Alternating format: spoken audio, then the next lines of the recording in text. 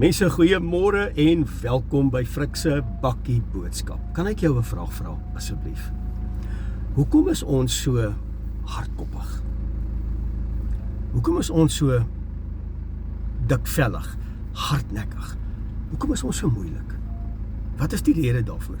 En dis hoekom ek vanoggend met jou wil praat.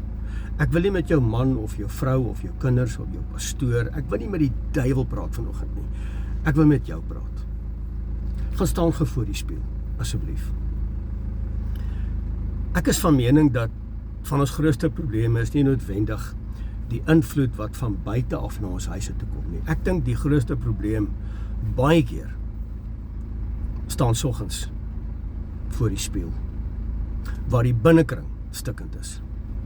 En dis hoekom die woord sê in die boek van Deuteronomium 9 vers 6, hy sê, julle is 'n hardnekkige volk, julle is hardkoppig. En dis een van die hoofredes hoekom die volk die beloofde land nie bereik het op die bestemde tyd nie, want hulle was dikvellig.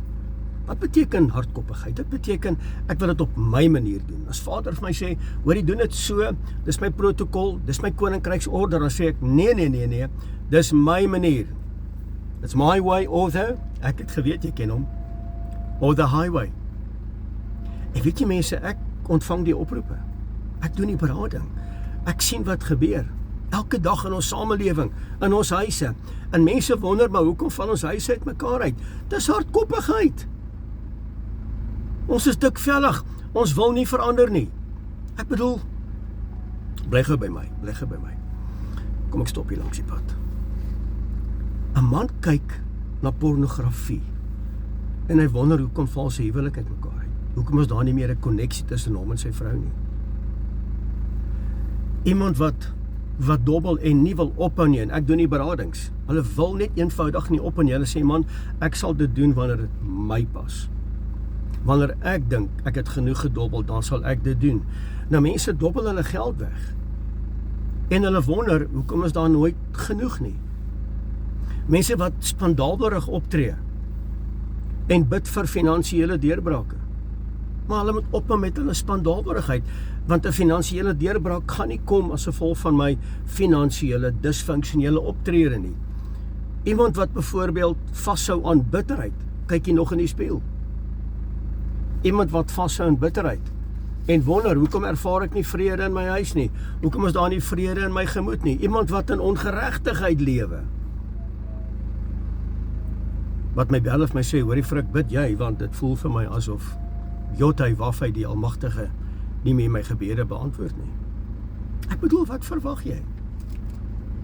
En wanneer ek met mense praat, of wanneer ek met hulle kommunikeer of 'n boodskap stuur of wat ook al, dan kom die antwoord terug, hoor jy, ek het my kerk, ek het my pastoor, ek lees my Bybel, en ek bid, en ek bring my tiendes.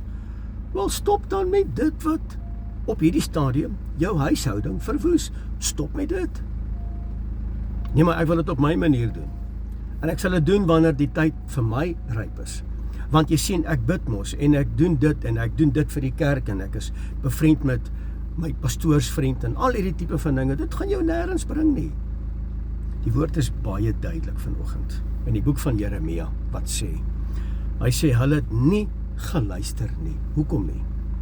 Want hulle het gewandel in ooreenstemming met hulle verharde harte. Hulle harte is verhard.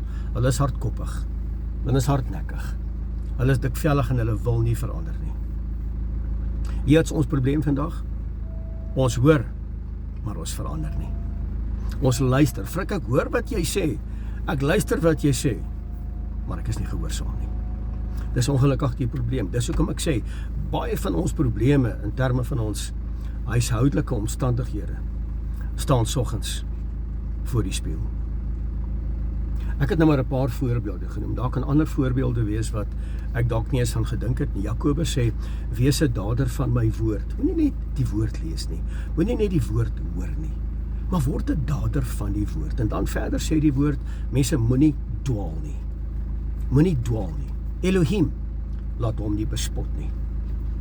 Net dit wat die mens saai, sal die mens maai.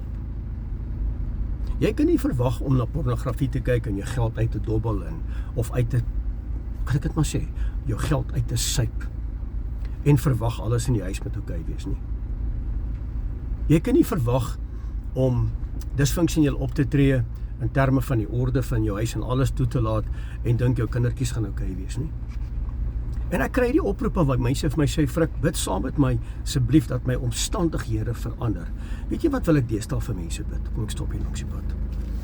Weet jy wat wil ek deesdae vir mense bid?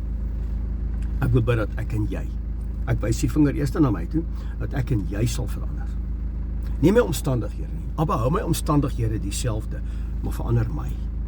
Dat ek nie hardkoppig sal wees teenoor die roepstem, teenoor die woord en die leiding van die Heilige Gees nie. Verander my. Want as ek verander my omstandighede. As ek verander my huis. Verander my finansies. My huwelik. My kinders sien, daar's 'n verandering. Daar kom orde in my huis.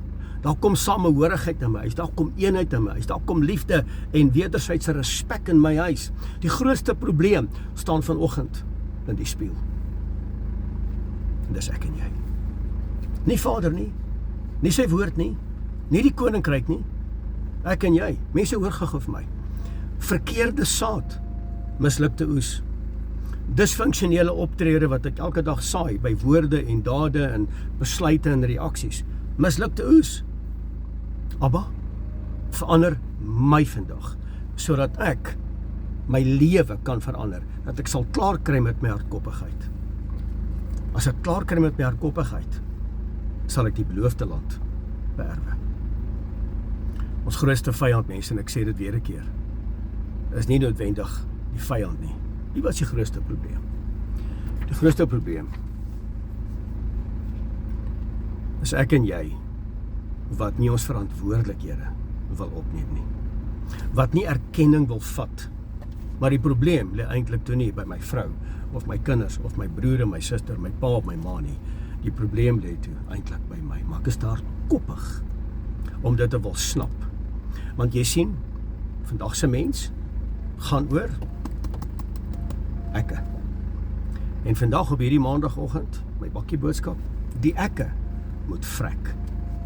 Die ekke moet vrek.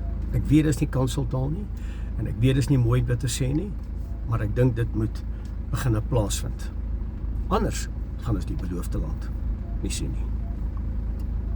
Kan ek jou vandag vra, asseblief? Kom ons gaan hierdie week in, soos Yeshua, die Messias. Hy het nie gekom om gedien te wil word nie. Hy het gekom om te dien. En wanneer ek en jy daardie gesindheid kan begin openbaar, gaan alles verander. Sal die hardkoppigheid verminder, of die hardnekkigheid en die dikvelligheid. My liefling, ons huwelik is besig met mekaar uit te val. Nee, die probleem is jy. My liefling, ons finansies klop nie heeltemal nie. O nee, dit is nie ek nie, dis jy. Daai blame shift. Kom ons stop vandag. Dit is hardkoppigheid. Kom ons wees vandag 'n man en 'n vrou wat ons verantwoordelikheid opneem, erken die probleem lê by my. Ek kyk in die spieël. Niemand anders kyk in die spieël vandag behalwe ek nie. Dalk is die grootste probleem in hierdie huis die persoon wat soggens in die spieël kyk. Mense, baie dankie. Dit was my bakkie boodskap aan jou op hierdie pragtige maandagoggend en mag die vrede van Skepper God met elkeen wees. Shalom.